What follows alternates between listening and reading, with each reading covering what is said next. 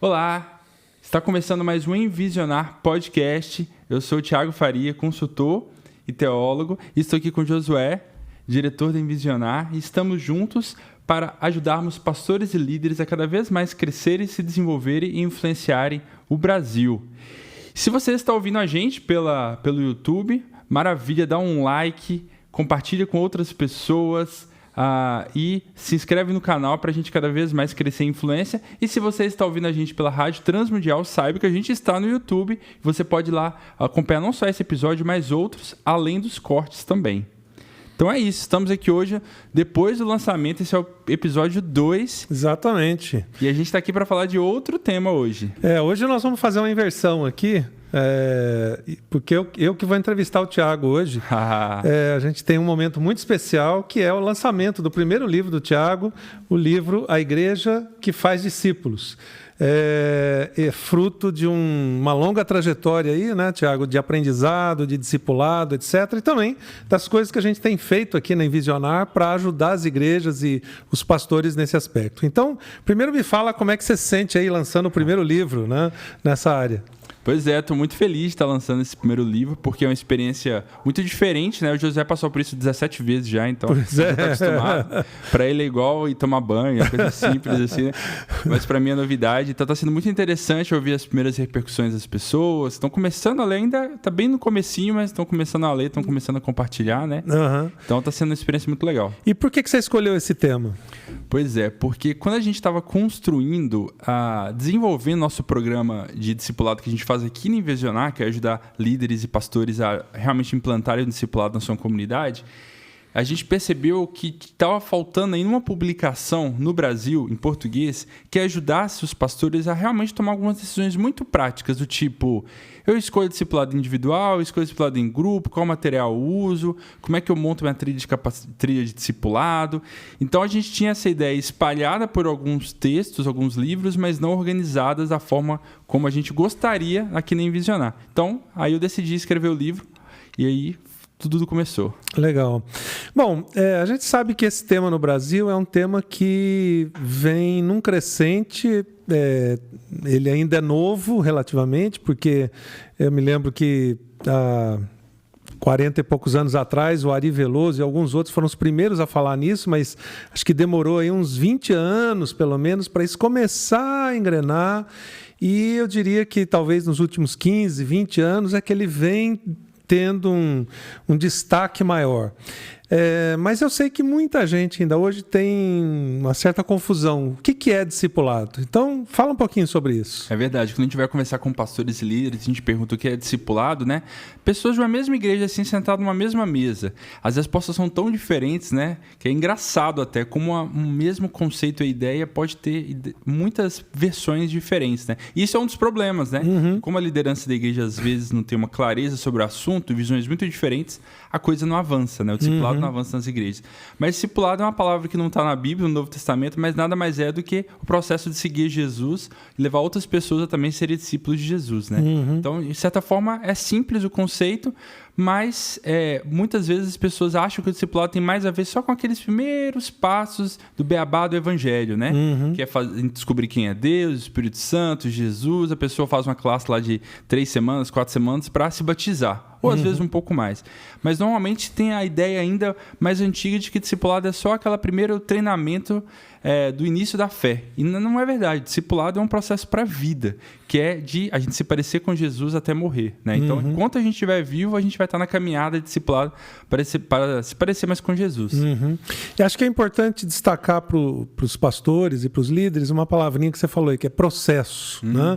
Explica um pouquinho mais a diferença entre processo e simplesmente uma classe ou uma coisa desse tipo. Exatamente. Quando a gente fala de discipulado, muitas vezes está associada a palavra classe antes, né? Classe de discipulado, né? Aula de discipulado. E discipulado não é estudo, não é classe, não é um ensino que simplesmente eu passo para alguém. É uma informação a respeito de algo da Bíblia ou de Deus ou da vida cristã. Discipulado é um processo, por quê? Que é uma caminhada que a gente realmente aprende a ser mais discípulo de Jesus ou parecer mais com Jesus, andando junto com pelo menos uma pessoa. Então eu posso crescer na fé sozinho, Posso, mas o discipulado ele envolve necessariamente também a troca com outras pessoas, para que eu me desenvolva mais, né? Então, o discipulado é essa caminhada que eu faço com alguém ao longo da vida por um processo de transformação. Não é uma linha retilínea uniforme, né, que vai crescendo. Nosso processo na vida cristã ele tem altos e baixos, mas a ideia é que ele seja ascendente, né, crescente. Sim. Né? Então é essa caminhada, né? Não é um curso que eu faço, um livro que eu leio, mas uma caminhada que eu entro nela, uma jornada que eu participo, permitindo que o Espírito Santo me transforme e abrindo espaço para que outras pessoas me ajudem a também crescer na fé. Agora, uma coisa interessante é que você é filho de pastor. Eu nasci na igreja, cresci na igreja e acho que tem muita gente ouvindo a gente que tem mais ou menos a mesma experiência ou que já está há 10, 15, 20 anos na igreja. Primeiro, por que parece que a gente perdeu isso ao longo do tempo? Né? A gente não passou por um processo assim. E segundo, como é que foi a sua experiência de descobrir o discipulado e experimentar isso? Legal. Eu tinha mais ou menos 16 anos e como eu nasci na igreja, estava envolvido com a igreja desde o início, eu já comecei a ver muita coisa estranha na igreja e estava começando já a questionar algumas coisas da fé e da igreja, né? E aí um missionário me indicou, Tiago, estuda aí o livro Segue-me 1 com seus amigos da igreja para vocês aprenderem mais que ser parecido com Jesus. E eu estudei, foi muito legal, meus amigos, a gente lembra disso até hoje, mas quando terminou aquele primeiro livro, eu não sabia mais o que fazer. Falei, legal, aprendi algumas coisas sobre o evangelho, mas o que eu faço agora? Eu não sei. E fiquei perdido, né? Provavelmente, se a história continuasse, ou eu sairia da igreja, ou ficaria um bom crente, né? De igreja ali, mas que não faz muita coisa, não avança, né? E aí apareceu uma pessoa na minha igreja que falou assim, olha, você quer aprender a ser mais parecido com Jesus? Vamos andar juntos nós dois? E eu falei, sim. Claro, por que não? Né? Isso é uma coisa até interessante. Muitas pessoas, quando são convidadas para entrar no processo discipulado, elas aceitam. A maioria aceita. Né? A maioria quer crescer na fé, só não sabe como. Então, quando essa pessoa me chamou, falou, você quer aprender a ser parecido com Jesus? Eu falei, sim. E a gente... Nessa caminhada, nesse aprendizado, eu aprendi, então, o que exatamente é ser um discípulo de Jesus. No meu relacionamento com o meu discipulador, eu aprendi como discipular. Né? Foi a minha primeira experiência que salvou a minha fé. E a partir daí eu entrei numa caminhada até chegar aqui hoje. Né? Mas o porquê que o discipulado deixou de ser a missão principal da igreja? Sinceramente, Josué, eu não sei responder essa pergunta.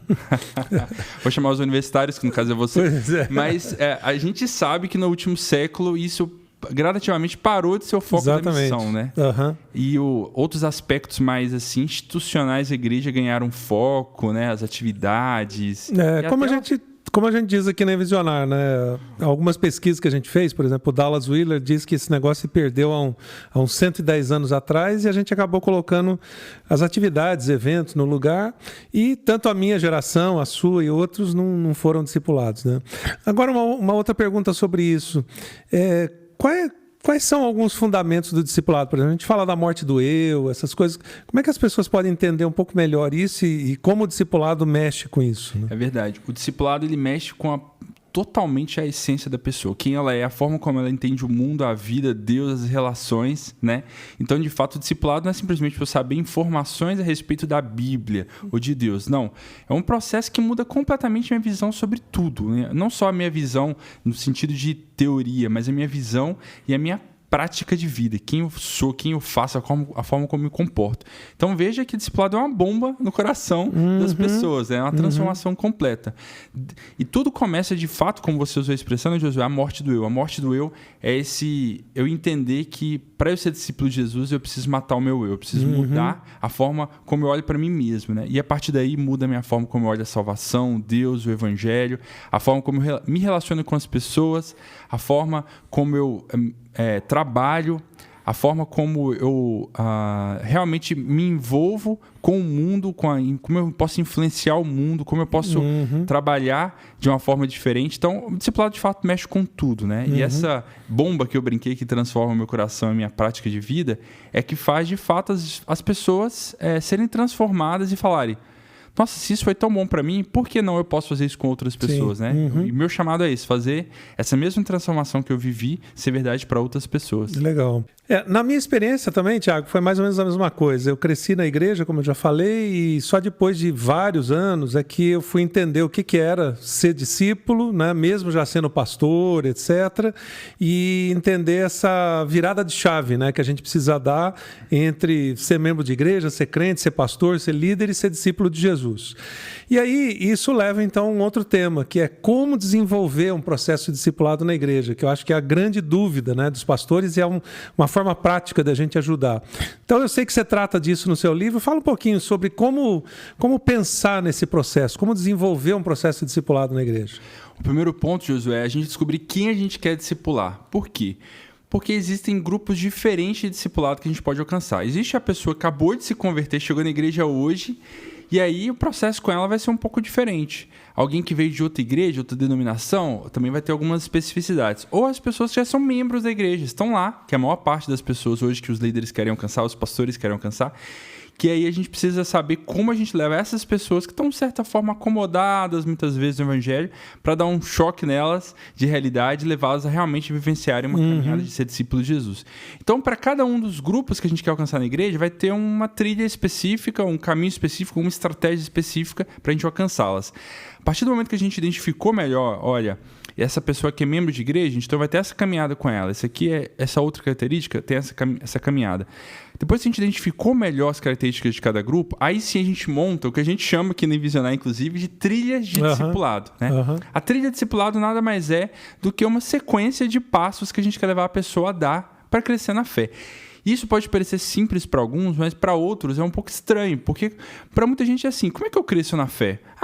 Vem aí na igreja, começa a frequentar o culto e você vai crescer na fé naturalmente, né? Houve uma mensagem aqui, uma escola bíblica dominical ali, um curso ali, assado, mas na verdade, a gente não cresce na fé dessa maneira tão desorganizada. A gente precisa de indicações claras do que exatamente eu preciso fazer para conhecer mais a Cristo, o que eu preciso transformar na minha vida. Então, a gente precisa de passos claros. Olha, primeiro aspecto para você, por exemplo, que é membro de igreja, é entender e vivenciar realmente que é ser discípulo de Jesus. Depois disso, por exemplo, o próximo passo é olhar novamente sobre a sua compreensão do Evangelho, por exemplo, da graça, ou um outro passo, como você pode se relacionar melhor com sua família, seu cônjuge, seus filhos, a partir da perspectiva de discípulo de Jesus. E aí, assim, a gente pode ir criando esses passos na fé, né? Que não são coisas que a gente vai ficar 2, 3 anos falando sobre cada um delas. Podem ser tempos limitados, tipo 2, 3 meses sobre cada assunto. Que depois cada um desses assuntos vai ter um material, né, relacionado, que a gente vai conversar sobre isso daqui a pouco. Então, fazer essa sequência dos passos de discipulado, ou sequência de passos na fé, isso nada mais é que essa trilha, que vai durar 2, 3 anos, né? Isso não é um número mágico, 2 a 3 anos, mas é uma experiência que as igrejas têm feito nos últimos anos também, que é uma trilha de discipulado inicial de 2 a 3 anos, né? Tá. Vamos pegar, assim, 2 casos bem típicos de igrejas que a gente normalmente atende hoje, né? Igrejas mais históricas, batistas, presbiterianas, assembleianas, etc., que as pessoas nunca foram discipuladas. Então, já tem ali um tanto de gente, tem crianças, tem pré-adolescentes, tem jovens, tem adultos e tal. E um outro tipo de igreja, que são igrejas mais novas, talvez 20, 30 anos, ou igrejas bem mais novas, de 10 anos agora, que são igrejas independentes, que teve aquele boom, né, de crescimento. Ontem mesmo eu estava visitando uma, né, em 7 anos eles já estão com 2.500 pessoas. Então, eles tentam suprir tudo ao mesmo tempo, né? Começar grupo, fazer culto. E como é que poderia se aplicar isso em cada um desses tipos de igreja? Por onde uma igreja mais histórica começa, para não querer, vamos dizer, tentar atingir tudo ao mesmo tempo, e por onde uma igreja mais nova, que tem outros tipos de demanda, pode começar a construir esse processo e essa trilha? O ideal é, de fato, o pastor-chave da igreja, que é a liderança-chave, escolher um grupo de pessoas para começar a vivenciar uma experiência de discipulado. Porque muita gente já ouviu falar sobre discipulado, já leu sobre esse assunto, mas não teve uma experiência pessoal de ser discipulado e discipular outros, né? Então, ao invés de começar já com um programa para alcançar toda a igreja em 3 semanas, né? O ideal é escolha um grupo pequeno de pessoas, né, que você mesmo chama de pessoas que você coloca no seu Fusca, né? Isso. Para trabalhar com elas essa vivência do que é ser discípulo de Jesus e o que é o processo discipulado. E a partir dessa experiência, aí sim, poder começar a, de fato, multiplicar isso pela igreja. Claro que na igreja histórica, como você falou, como provavelmente pode ter uma resistência maior em algum grupo de pessoas, né? O melhor é fazer isso num ritmo um pouco mais lento, até que a ideia vai ganhando realmente corpo e tudo mais, e pode ser multiplicando. Numa igreja independente, uma igreja mais contemporânea, talvez isso não tenha tanta resistência. Talvez as coisas sejam um pouco mais rápidas. Sim. Né? A ideia consegue alcançar a igreja toda de forma mais rápida. Isso não significa que ela tem que começar já rápido. Ela tem que começar ainda pequena, né? Mas sem tantos, vamos dizer assim, medos da coisa avançar. Né? Então, em resumo, o pastor com um grupo começa e depois de algum tempo isso vai se multiplicando para outros. E no caso, por exemplo, de uma igreja que já tenha pequenos grupos, células, como é que a gente conecta isso para não se perder esses outros tipos de trabalho que já foram feitos? Pois é. A gente vai falar um pouco mais daqui a pouco sobre diversas formas de fazer discipulado, né? Mas quando a igreja já tem uma estrutura de pequenos grupos, aí realmente ela tem que avaliar o tipo de transição para esse modelo, né? Então, se ela começar a implementar o discipulado com um grupo de pessoas, num primeiro momento eu diria, deixa os pequenos grupos quietinhos lá, rodando, funcionando, né? Porque não dá para querer trocar tudo de uma vez só, porque o desafio é muito grande. Mas, em algum momento, ela vai ter que fundir a estratégia do pequeno grupo com a estratégia de discipulado. Porque senão vão ser duas coisas independentes brigando uma com a outra, né? O líder vai puxar um para uma estratégia, o outro líder vai puxar as pessoas da igreja para outra coisa. Então, em algum momento, essas ideias vão ter que caminhar na mesma direção, né? O ideal é que, de fato, o pequeno grupo, o foco dele seja o discipulado, né? Mas, no primeiro momento, o pastor pode fazer as duas experiências rodarem separadas, né? E depois, com o tempo, pensar nessa forma de integração. Tá. E me parece que ao final disso, a gente vai ter diversas trilhas. Uma trilha, por exemplo, para novos crentes, uma trilha para o pessoal da igreja que não foi discipulado ainda, uma trilha para a nova geração. Seria mais ou menos isso? Seria mais ou menos isso. A trilha principal é a trilha do membro. Aquela trilha maior que todo mundo que chega na igreja vai ingressar nela e aprender a ser discípulo de Jesus na prática de vida. Mas tem essas trilhas menores, que é aquela pessoa que acabou de se converter. E aí sim ela tem que entender um pouco melhor até da sua fé, para aí sim ela entrar nessa trilha do membro que a gente está chamando, né? E a pessoa que vem de outra igreja também, ela vai ter que entender um pouco da cultura da igreja, até da teologia, se a igreja assim quiser, né? Não um tratado teológico, mas para onde a igreja está indo, o que ela acredita, o que ela pensa. E aí depois essa entrada dela, essa trilha de entrada dela, aí sim ela pode começar a ser como um membro comum, entre aspas, né? A trilha do membro mesmo. Daria para dizer, vamos pegar aqui a caneca como se fosse a caixa d'água, né? Que seja a igreja, já tem água lá dentro, que são os membros, e tem água nova entrando, né? Novos crentes e crianças e tudo mais. Daria para dizer que o discipulado, então, é esse filtro que a gente coloca aqui para que a água que está lá dentro seja descontaminada e, ao mesmo tempo, a água nova já entre com uma nova visão. Seria mais ou menos isso? Exatamente. E essa analogia da caixa d'água, que está num ótimo livro chamado Discipulado que Transforma, de Josué Campanhã, essa analogia é muito legal porque ela nos ajuda até a pensar até em prioridades. Então, assim, se eu tenho uma caixa d'água que é a membresia da igreja e está chegando gente nova nela, o ideal é, de fato, em algum momento, eu já começar a trazer as pessoas para serem membros da igreja, já passando pelo processo discipulado. Para ela já não entrar e ser contaminada, entre aspas, com aquela água suja lá, né? E as crianças também são essa água nova.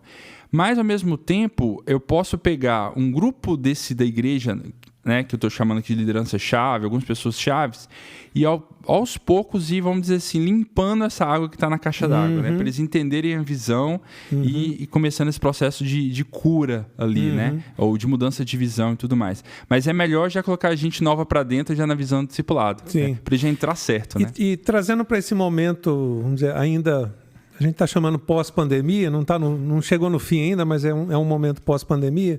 Acho que a gente nunca teve tanta troca de membros, né, ou de frequentadores entre as igrejas. Seria uma oportunidade de usar isso como filtro para essa nova igreja que está sendo construída? Quer dizer, todo mundo entrar já no processo de conexão da igreja, passando pelo discipulado?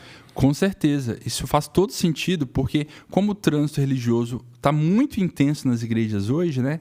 As pessoas estão chegando e esses dias mesmo eu estava conversando com um pastor que ele falou assim, nossa, Thiago, cada nova pessoa que chega aqui na minha igreja vem de uma outra comunidade, às vezes, de fé, e fica pedindo para começar o ministério que ele tinha na igreja dele. Exatamente. E eu fico sendo aqui assediado, literalmente, para começar um monte de iniciativa, programa, culto, atividade e tudo mais, que não tem a ver com a minha igreja, que não tem a ver com o nosso DNA. Então, quando eu recebo essas pessoas falando, olha, aqui a gente acredita nisso, vamos alinhar nessa direção a sua entrada aqui na igreja, o seu processo de crescimento da fé, até o processo de, vamos dizer assim, de transição das pessoas fica mais leve, fica menos traumático, como tem sido em algumas comunidades, né? Legal. Bom, isso leva então a uma outra pergunta, que é quase a pergunta de $1 milhão, né?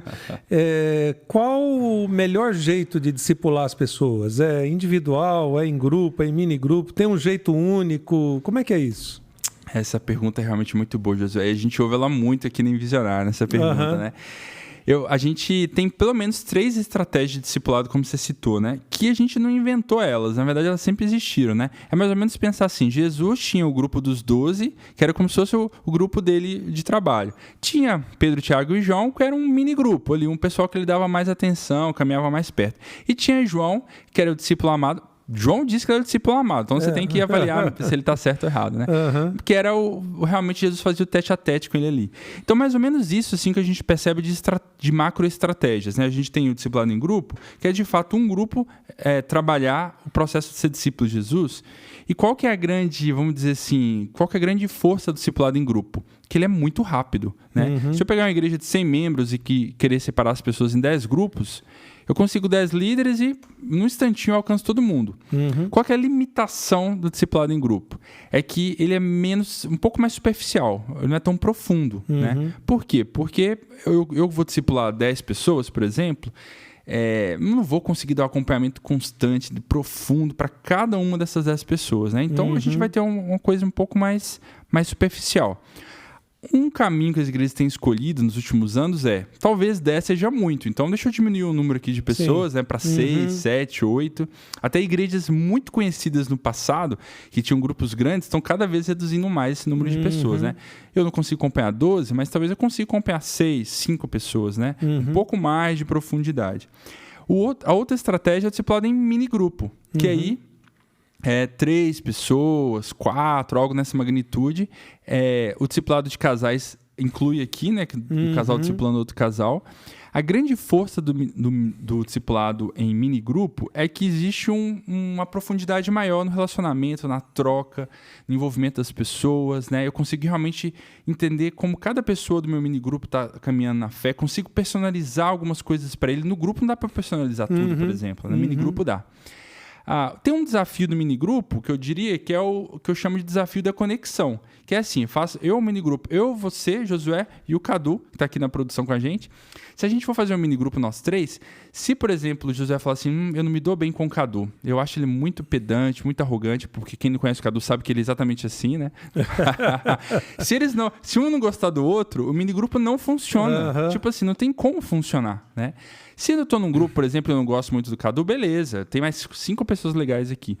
Mas se é só eu, você e o Cadu, a gente não se gostar, não vai rolar. Então as pessoas têm que realmente se gostar minimamente, né? Eu lembro até que o Ari Veloso usava a palavra química, né? Se não deu química, não vai a coisa. Exatamente. Eu lembro de uma vez que eu comecei um mini grupo com 2 rapazes e no primeiro encontro, um deu um soco na cara do outro. Nossa. Literalmente, porque um tava namorando a namorada dele, né? A irmã dele, aliás. Um tava namorando a irmã dele e ele não tava gostando da história, né?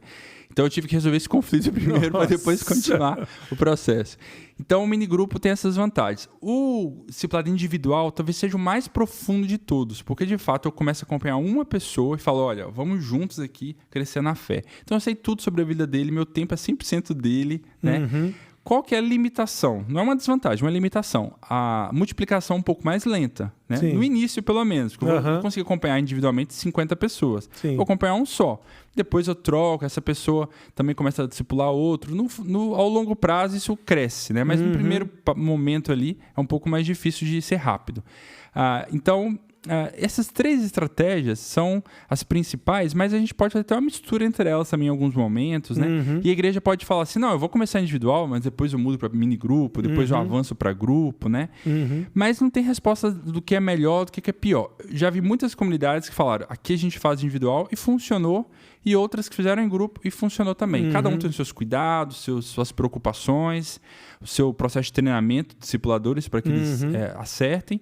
Mas as 3 são possíveis e a igreja tem que descobrir aquela que faz mais sentido para o seu contexto e para o seu grupo etário também. Né? Legal. Eu acho que esse é um ponto importante para a gente levantar, né, com os pastores, que a gente foi criado dentro de uma mentalidade estrutural onde tudo tem que funcionar do mesmo jeito para todo mundo, né? Então, o culto é para todo mundo, a escola dominical é para todo mundo, os ministérios e tudo mais. E no discipulado não dá para pensar assim, é processo.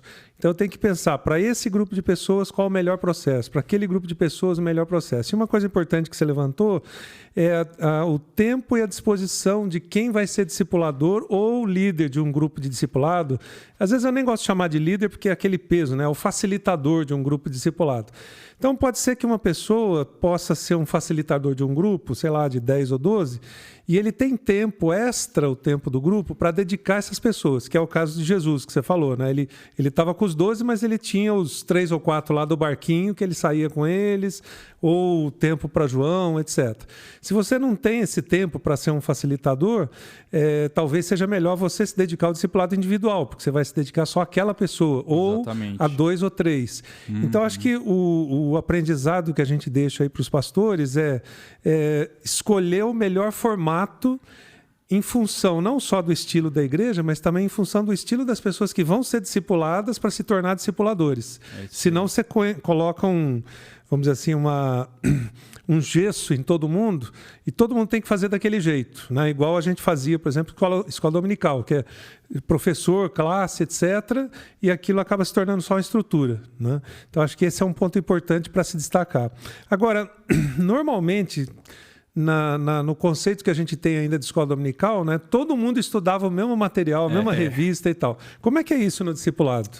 Pois é, a gente ouve muito assim, o pedido aqui no Visionado, tipo, gente, me falem qual é o melhor material discipulado que vocês têm. A gente ouve muito essa pergunta, né?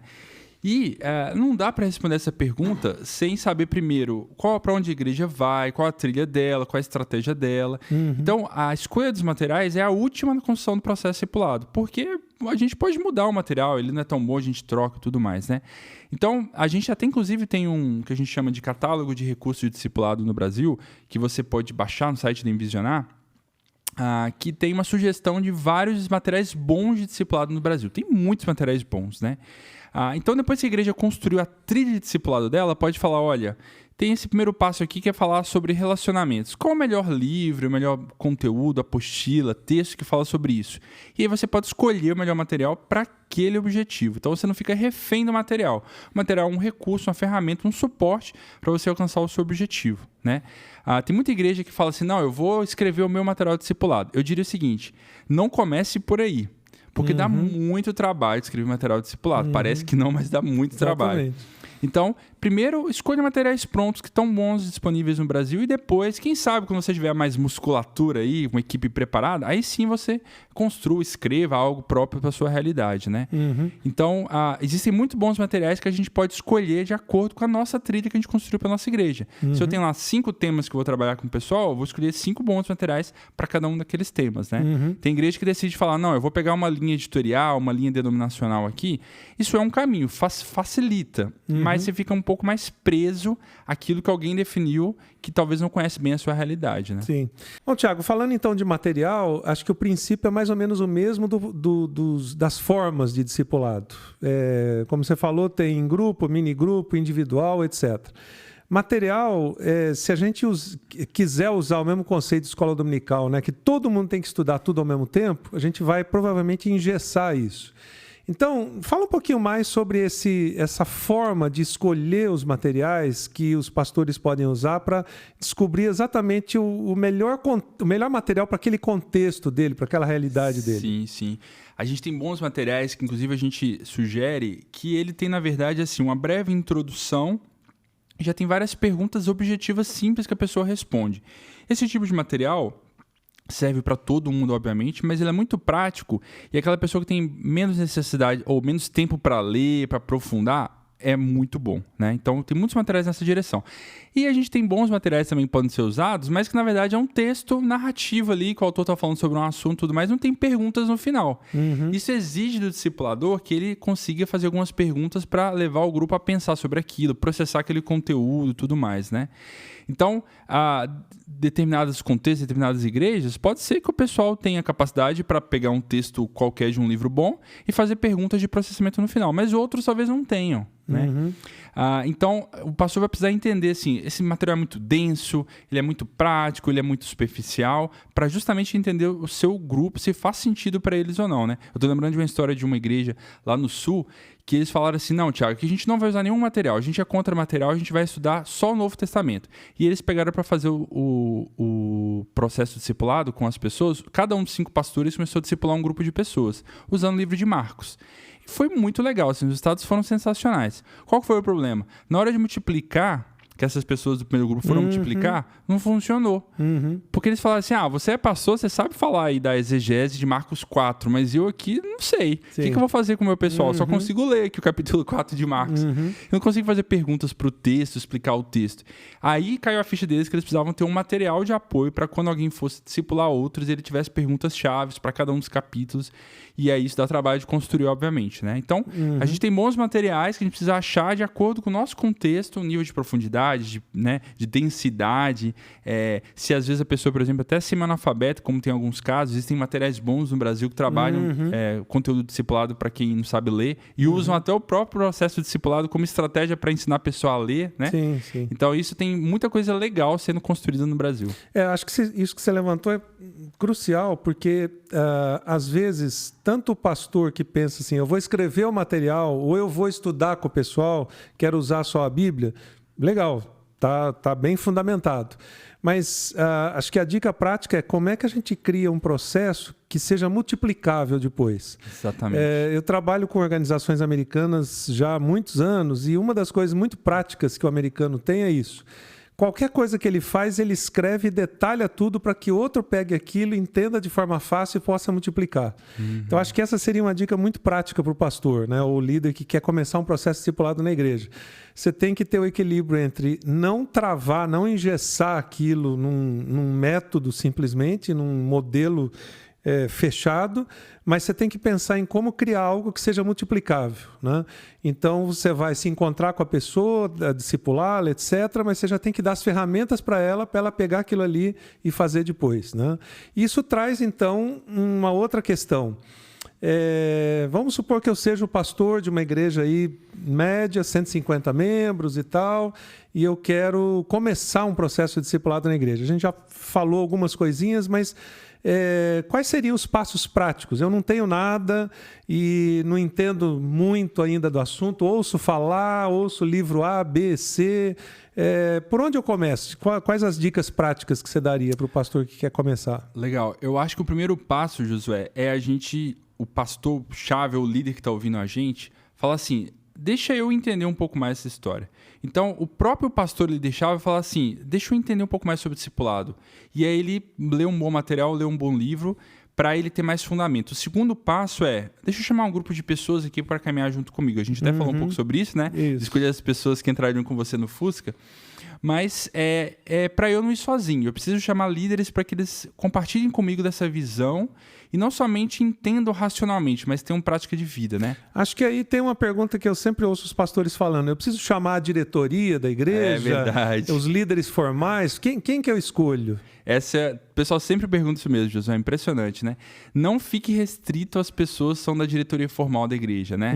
A diretoria estatutária, né, e tudo mais. Chame pessoas que você fala, essa pessoa que tem fome, tem vontade, ela posso contar com ela, ela é ponta firme, ela não é uma pessoa extremamente resistente, né? Aliás, teve um projeto que a gente teve envolvido em Visionar que o pessoal falou o contrário, foi uma confusão. Falaram assim, chama as pessoas mais resistentes pro projeto.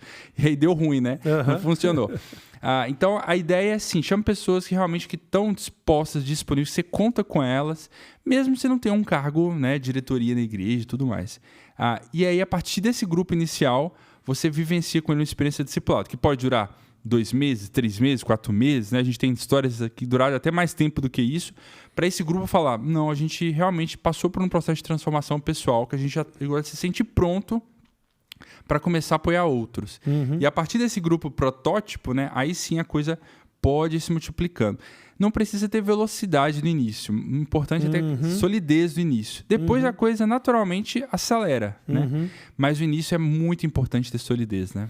E que tipo de preparação o pastor precisaria dar, ou que tipo de atenção ele precisaria dar para esses primeiros discipuladores que vão ser os multiplicadores? O que é mais importante acompanhar na vida deles? É muito legal. Uma coisa que a gente percebe que, assim, quando a igreja começa a implementar um processo discipulado, depois que passou da liderança e começa a chegar aos membros e a toda a igreja, muitas vezes as pessoas que estão sendo discipuladores ali, eles não estão se sentindo totalmente preparados para realmente discipularem outras pessoas. Eles não têm uma equipe de suporte para eles. Então, o discipulador ele precisa saber, olha, tem alguém aqui que se eu tiver dúvidas, eu sei para quem ligar, sei para quem mandar um WhatsApp, né? Sei para com quem eu posso contar, né? Então a igreja precisa ter uma estrutura de suporte, mesmo que seja uma ou duas pessoas no início, mas que o discipulador possa falar, olha, estou com essa dificuldade, não sei como lidar com essa situação. O discipulador não precisa saber todas as respostas, entender de Apocalipse, não precisa saber de Apocalipse, né? A gente sempre ouve essas coisas, né? Sim. Mas eu não sei explicar tudo de Apocalipse. Não precisa saber tudo de Apocalipse, né? Eu fiz mestrado em teologia, não sei até hoje, né? Então, mas você vai ensinar as pessoas a realmente praticarem a fé com base naquilo que você já vivencia. Onde você não sabe, vocês vão aprender juntos ou pedir ajuda para outros, né? E dar esse suporte não só de acompanhamento para os discipuladores, mas ter espaços de treinamento constantes, né? Não precisa ser uma coisa muito pesada, mas que tal uma vez a cada 3 meses sentar com os discipuladores e falar, vamos aprender aqui um pouco mais sobre que história é essa de discipular pessoas, né? Por exemplo, se vem lá o João, que é um ótimo discipulador individual, ele compartilha com os outros, olha, gente, eu aprendi isso no processo discipulado individual. Eu faço isso, não faço aquilo, já testei isso, né? Quando acontece isso, eu faço isso. E o outro tem experiência no discipulado de minigrupo, compartilha os aprendizados, troca de troca figurinhas, porque nesse aprendizado coletivo que as pessoas vão aprendendo, a igreja se desenvolvendo, né? E não somente isso, mas os próprios discipuladores precisam caminhar na trilha de discipulado que a igreja definiu. Então, se a igreja falou, olha, nossa trilha de discipulado vai ter 2 anos, por exemplo, com esses tópicos aqui. Então, o discipulador tem que estar, no mínimo, um passo à frente de quem ele vai discipular, no mínimo, né? Para ele saber que tipo de transformação vai ser vivenciada exatamente naquele passo, né? Então, esses, eu diria que são os primeiros passos para preparar os discipuladores. Tá. Né? Eu lembro que quando comecei o processo discipulado, 25 anos atrás, não tinha a grande maioria dos recursos que tem hoje. E as pessoas perguntavam, né, qual é o segredo, né? Depois de um tempo eu comecei a observar que os 2 segredos maiores eram exatamente esses que você falou, né? Primeiro a gente foi criando uma trilha que os primeiros discipuladores, eu era um dos pastores da igreja e junto com os primeiros discipuladores a gente estava alguns passos à frente do pessoal para saber se vai dar certo, se vai dar errado, se esse material funciona, se não, quais são as experiências, etc. E segundo era exatamente esse acompanhamento, né? Então a cada X tempo, 1 mês, 2 meses, 3 meses, a gente juntava todo mundo que estava no processo discipulado para avaliar como é que estava, quais são as trocas de experiência, por que esse negócio deu certo com essa pessoa, não deu certo com aquela. E a cada 6 meses, normalmente, a gente fazia um retiro de todo mundo que estava no discipulado para compartilhar as experiências e tal. Então, se é que dá para dizer que tem segredo, acho que esses são segredos cruciais para o pastor que está implementando, porque de início tudo é novo, né? Especialmente para quem nunca fez, para quem nunca foi discipulado.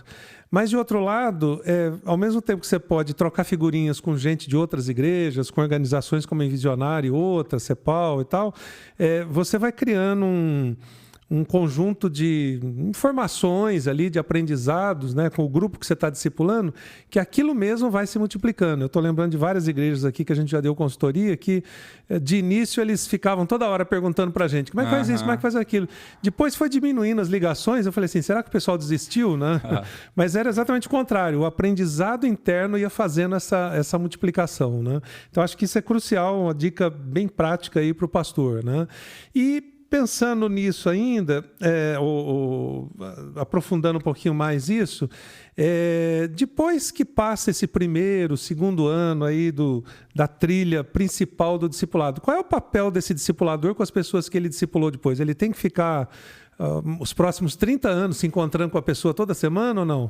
Pois é, essa é a pergunta que muitas pessoas fazem pra gente. Eu vou discipular alguém, essa pessoa vai ficar na barra da minha saia quanto tempo, né? Isso é uma coisa interessante, porque quando a gente fala de discipulador, essa pessoa vai acompanhar o seu discípulo ou discipulando por um tempo, né? Pode ser pouco tempo, tipo 3, 4 meses, ou pode ser que seja um tempo maior, 1 ano, 1 ano e meio ou 2, né? Vai depender do formato que a igreja escolher, discipulado individual, né, tudo mais. Tem igreja que fala assim, não, o discipulador vai acompanhar o grupo durante 1 ano, pelo menos, para criar conexão, intimidade, né? E ter mais, avançar mais rápido. E dependendo do formato que a igreja escolher, o discipulador pode mudar a cada X meses, né? Por conta do conteúdo que está sendo trabalhado ali. Então, isso vai interferir muito nessa questão aí. Se eu estou acompanhando alguém individualmente, depois de algum tempo, de fato, eu não vou mais ter o contato diário com essa pessoa, semanal que seja, porque ela vai ter avançado um pouco mais, né? Pode ser que no futuro eu ainda vou continuar conectado com ela, obviamente, né, pelos laços que a gente criou, mas não necessariamente a gente vai ter esse contato no dia a dia, mas vai para sempre existir um carinho, um cuidado, um acompanhamento, né? Que eu posso olhar para aquela pessoa como ela foi importante na minha caminhada. É mais ou menos o que aconteceu com Paulo e Timóteo, né? Sim. Paulo ainda mandava cartas para Timóteo, relembrando ele de algumas coisas, mas ele não estava no dia a dia mais acompanhando o que Timóteo fazia, né? Então, é mais ou menos igual avô, pai e filho, né? O avô começa a ficar mais distante aos poucos, não está no dia a dia ali, mas continua o carinho e tudo mais, né? Legal. Bom, usando então esse exemplo, Tiago, do avô, do pai e do neto, no caso, parece que existe um processo de formação contínua aí. Né? Vamos supor que uma igreja utilize total ou parcialmente grupos de discipulado ou mini grupos de discipulado, ou use, por exemplo, o discipulado dentro do pequeno grupo ou da célula e tal. O que precisaria ser feito para haver um processo de desenvolvimento desses líderes ao longo do tempo? Porque eles vão se aprofundar, eles vão precisar treinar outros, e ninguém dá o que não tem.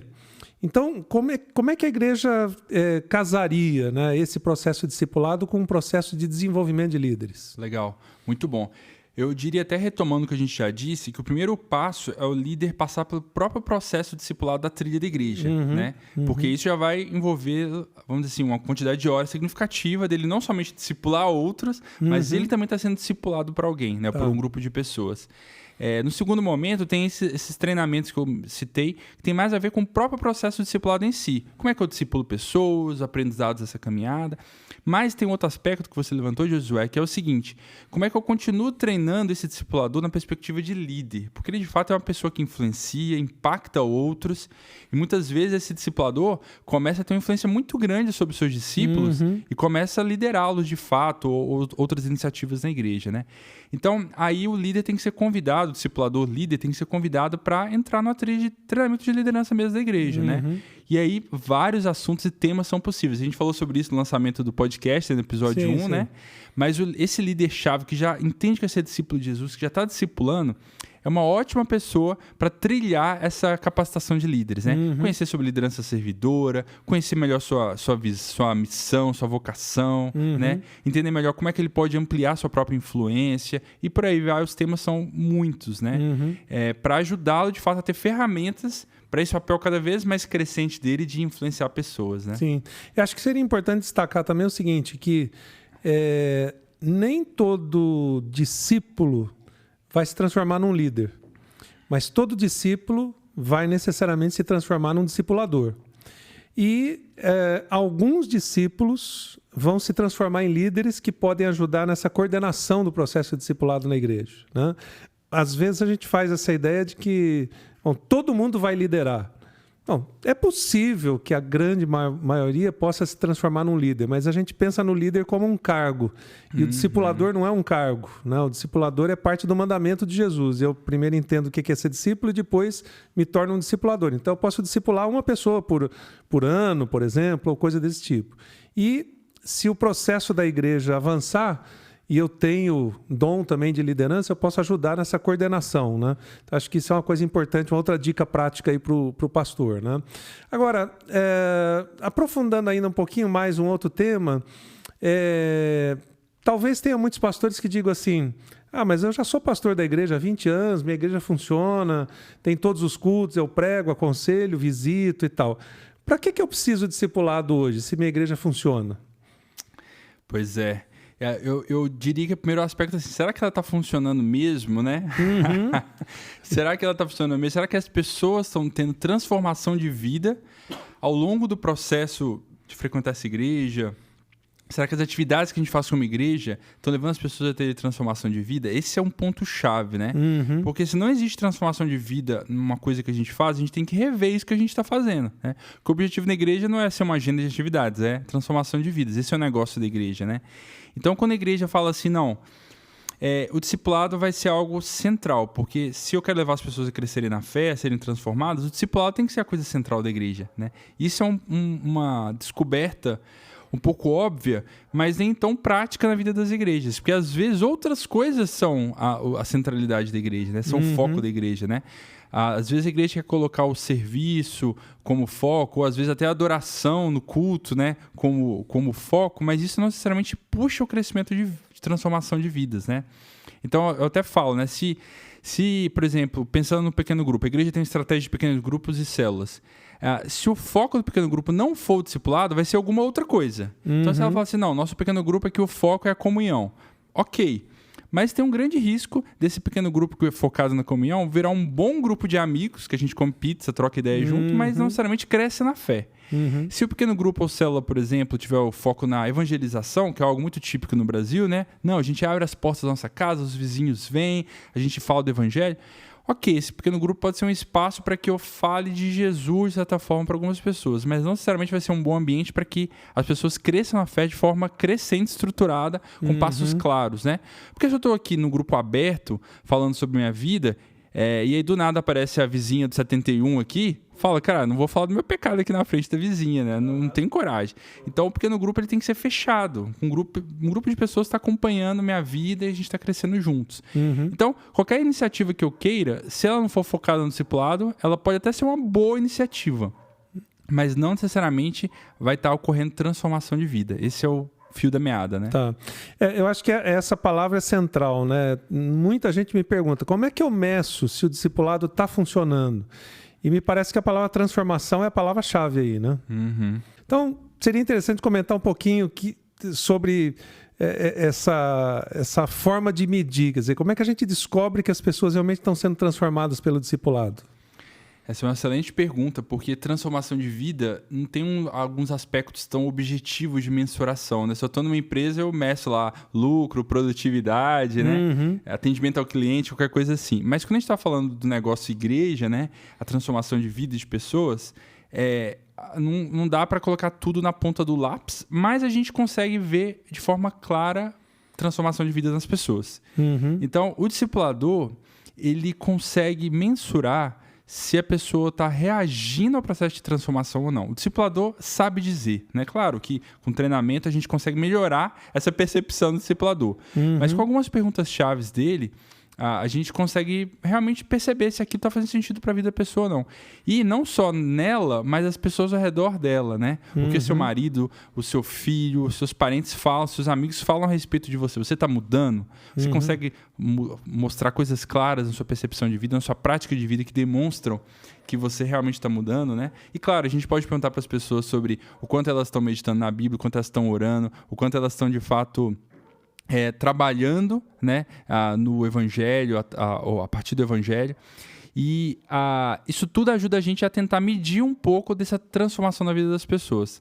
Claro que a gente não consegue pôr isso num gráfico necessariamente, né? Do tipo, 100 pessoas tiveram evolução no seu coração. A gente pode tentar medir um pouquinho para sentir essa evolução, mas muitas vezes vai ser um papo do discipulador com aquela pessoa que está liderando esse discipulador, né?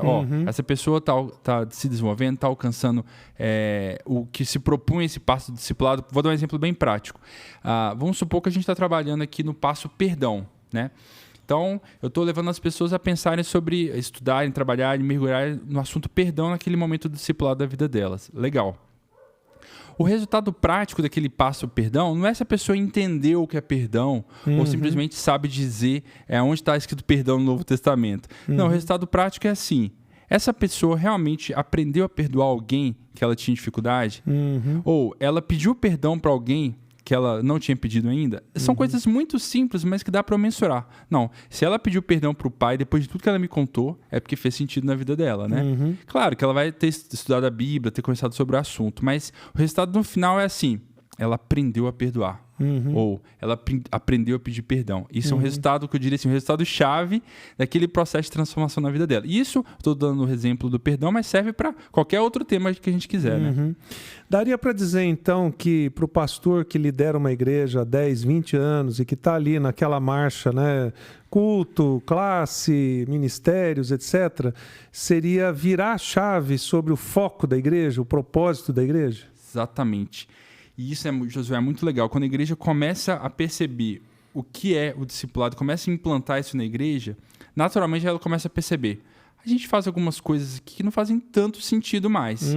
E isso pode ser um bom momento, um bom ambiente para falar: vamos então repensar o propósito da igreja, a visão da igreja, para onde a igreja está indo, né? E levar toda a membresia a entender esse novo olhar, esse novo foco para os próximos anos, né? A gente pode chamar de visão, missão, propósito, os nomes podem variar, mas o mais importante é isso, deixar isso ficar claro para ela, para a liderança, para os pastores e para toda a membresia, né? Para onde a gente está indo, quem nós somos, né? É para isso que a gente vai correr atrás, e outras coisas a gente pode deixar de lado por um momento. A gente não vai colocar tanta energia mais. Isso significa que segunda-feira tem que dar já um cavalo de pau, mudar tudo e tal? Nossa, imagina só. Tem gente que faz isso. Tem gente que faz isso. É um estrago, né? Dá uma confusão, né? Não, uma coisa muito legal é assim, a igreja precisa, nesse momento, saber lidar com duas igrejas ao mesmo tempo, né? Aquela está construindo de futuro, a liderança-chave está construindo de futuro, e essa igreja ainda, vamos dizer assim, histórica, que está ali rodando com seus processos, atividades, programas, mas que naturalmente, aos poucos, as pessoas vão saindo dessa igreja antiga e indo para essa igreja nova, entre aspas, né? Claro que em alguns momentos o pastor pode falar: nossa, a cultura de discipulado que a gente está implementando aqui ajudou a gente a perceber que algumas coisas não fazem tanto sentido mais, e dá para eu parar com isso segunda-feira. Eu diria que são poucas, mas algumas coisas já até dá, né? Mas algumas mais chaves que talvez, se ela parar, vai dar confusão, é melhor ela fazer aos poucos, né? A gente já ouviu alguns testemunhos, né, de os próprios líderes chegando para pastores e falando assim: nossa, isso aqui que eu fazia na igreja, pastor, não precisa mais não. Pode acabar com esse ministério que não faz mais sentido. Eu quero trabalhar na transformação de vidas, né? Quando chega nesse momento, a resistência é muito pequena, né? De transformação. Legal. Bom, então acho que, fazendo um resumo aqui das dicas, né, para os pastores, uma primeira palavra é processo. O discipulado não é uma estrutura simplesmente, ou uma mentalidade estrutural, mas é um processo. Ele é gradual, né? Ele começa pequeno e ele vai crescendo, mais ou menos como Jesus fez. Começou com 12 e depois, lá em Atos 18 a 20, chega, né, para o mundo inteiro. A terceira coisa, ele não vai dar um cavalo de pau na igreja segunda-feira, né? Acho que isso leva a um outro ponto, que é: o pastor precisa continuar mantendo aquela rotina da igreja, não desmonta nada, mas ele começa a investir tempo, então ele precisa abrir tempo na agenda para começar a investir num grupo, esse grupo crescer, etc. Ao longo desse processo se define a trilha, o material, depois quais trilhas a gente vai ter para novos crentes, para os crentes antigos, já como a gente chama, novas gerações, etc. Aí que se define, né, os materiais e a forma de implementação. Você acha que isso é um bom resumo aí para os pastores? É um excelente resumo, Josué. Parece até que você já trabalha com esse assunto de discipulado há muitos anos, um pouquinho. Eu diria só uma dica extra, que eu estava conversando ontem com um pastor e eu senti a necessidade dele, é que assim, esses líderes chaves, esses discipuladores chaves que estão começando essa vivência de discipulado, eles provavelmente são pessoas chaves na igreja também, Sim. que acabam coordenando outras atividades, outros ministérios e tudo mais. O ideal é que aos poucos, ou um pouco rápido, talvez eu diria, o líder ele deixe de fazer algumas coisas para ter tempo para o discipulado. Sim, sim. Porque assim, a igreja vai continuar fazendo as outras coisas, tudo bem. Mas o líder que está discipulando, ele precisa ter tempo para focar nisso. E se ele está fazendo a roda da igreja girar com todos os ministérios e atividades, e além disso tem que acrescentar mais tempo, que é começar a discipular pessoas, ele pode entrar em crise, em choque. Não estou conseguindo fazer tudo isso, né? Sim. E aí desmorona um pouco o processo de implantação do discipulado da igreja, né? Então, esses 5, 6, 7 pessoas chaves que o pastor vai convidar para esse grupo inicial, ele vai precisar realmente sentar com eles e falar: isso é verdade para você? Faz sentido para você isso na sua vida? Legal. O que você vai deixar de fazer na igreja, então, mesmo que seja temporariamente, para você conseguir colocar energia no discipulado nos próximos meses, né? Se ele não fizer isso, pode ser que a coisa não vire, né? Que é o que a gente acaba vendo em algumas comunidades de vez em quando. Legal. Bom, então, queria deixar um desafio prático aí para todos os pastores, né, que estão ou incomodados com o estágio da sua igreja, talvez aquele estágio simplesmente de manutenção, ou que precise virar a chave, né, do foco da igreja, é você começar a pensar no assunto, ler sobre o assunto, né? E nada melhor do que usar, pastor, o livro que o Tiago está lançando, A Igreja que Faz Discípulos, para você entender um pouquinho melhor isso. E a gente tem na Envisionar, isso aqui é parte do programa, né, que a gente tem na Envisionar sobre como ajudar a sua igreja a implementar um processo discipulado. A gente tem uma trilha que te ajuda nesse processo e você pode usar esse e outros recursos, né, Tiago, para implementar isso na igreja de uma forma bem prática. Talvez pudesse concluir aqui a nossa conversa com algum case, né, que você lembre aí, de uma igreja que pegou isso do zero e que já está num estágio bem avançado, para a gente deixar como case prático aí para os pastores. Legal, muito bom. Tem uma igreja que fez esse processo de implantação do discipulado na igreja há alguns anos e eles começaram de fato com um grupo grande de pessoas, que foi na verdade foi até um pequeno equívoco que eles fizeram. Depois eles perceberam, não, vamos voltar para a prancheta, vamos começar de novo, só os líderes aqui chaves. Aí voltaram, fizeram com os líderes chaves e aí a coisa começou a caminhar. E aí depois aquele grupo inicial cresceu, né? Depois chegou a 50, 100, 120 pessoas. E agora eles estão nesse estágio de realmente refinar a trilha discipulada para falar: olha, a gente achava que aquele livro era um bom livro, mas o pessoal não gostou muito dele, não. Vamos trocar esse material, vamos botar outro recurso. E aí, depois que eles construírem esses primeiros 2 anos, mais ou menos, a trilha discipulado, eles vão convidar as pessoas para que continuem a serem capacitadas, discipuladas e em processo de transformação de vidas, mas não nesse processo tão engessado como é os 2 primeiros anos, né? Ou tão estruturado. Aí é mais a perspectiva de um portfólio de opções que a gente vai oferecer para que as pessoas cresçam na fé, usem outros materiais como ferramenta para continuarem crescendo na fé, continuarem se desenvolvendo e se pareçam cada vez mais com Jesus. Então, a gente tem visto vários casos assim, na Envisionar. Claro que cada igreja tem as suas dificuldades, os seus pormenores que às vezes a coisa não consegue tão rápido quanto eles gostariam, né? Sim. Mas o importante é ela ingressar ou engatar a marcha certa na direção certa e adaptando o caminho, né? Joia.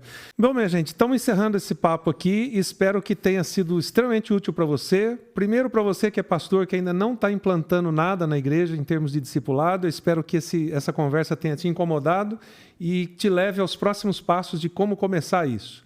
Segundo, para você que é pastor, que já está implementando alguma coisa ou já tem algum tipo de célula, grupo, etc., mas precisa agregar o discipulado a isso, eu espero que essa conversa tenha te dado dicas bem práticas sobre isso. E para todos. Espero que você foque sua igreja naquilo que Jesus mandou a gente fazer. A única coisa que ele mandou a gente fazer, que é fazer discípulos. E espero que isso cause um tremendo impacto nesse tempo e nessa geração para todos vocês. Recomendo novamente o livro do Tiago, A Igreja que Faz Discípulos. Até o final de agosto, você entrando no site da nossa loja, em visionar.com/loja, você vai encontrar um desconto de lançamento do livro e espero que isso seja o primeiro passo para você começar a implantação de um processo de discipulado na sua igreja. Nós também temos na Envisionar um programa de capacitação para ajudar você a iniciar isso, então entre em contato conosco, contato@envisionar.com, e espero que a gente possa te ajudar a levar a sua igreja para o próximo nível. Um grande abraço e até o próximo episódio. Até mais.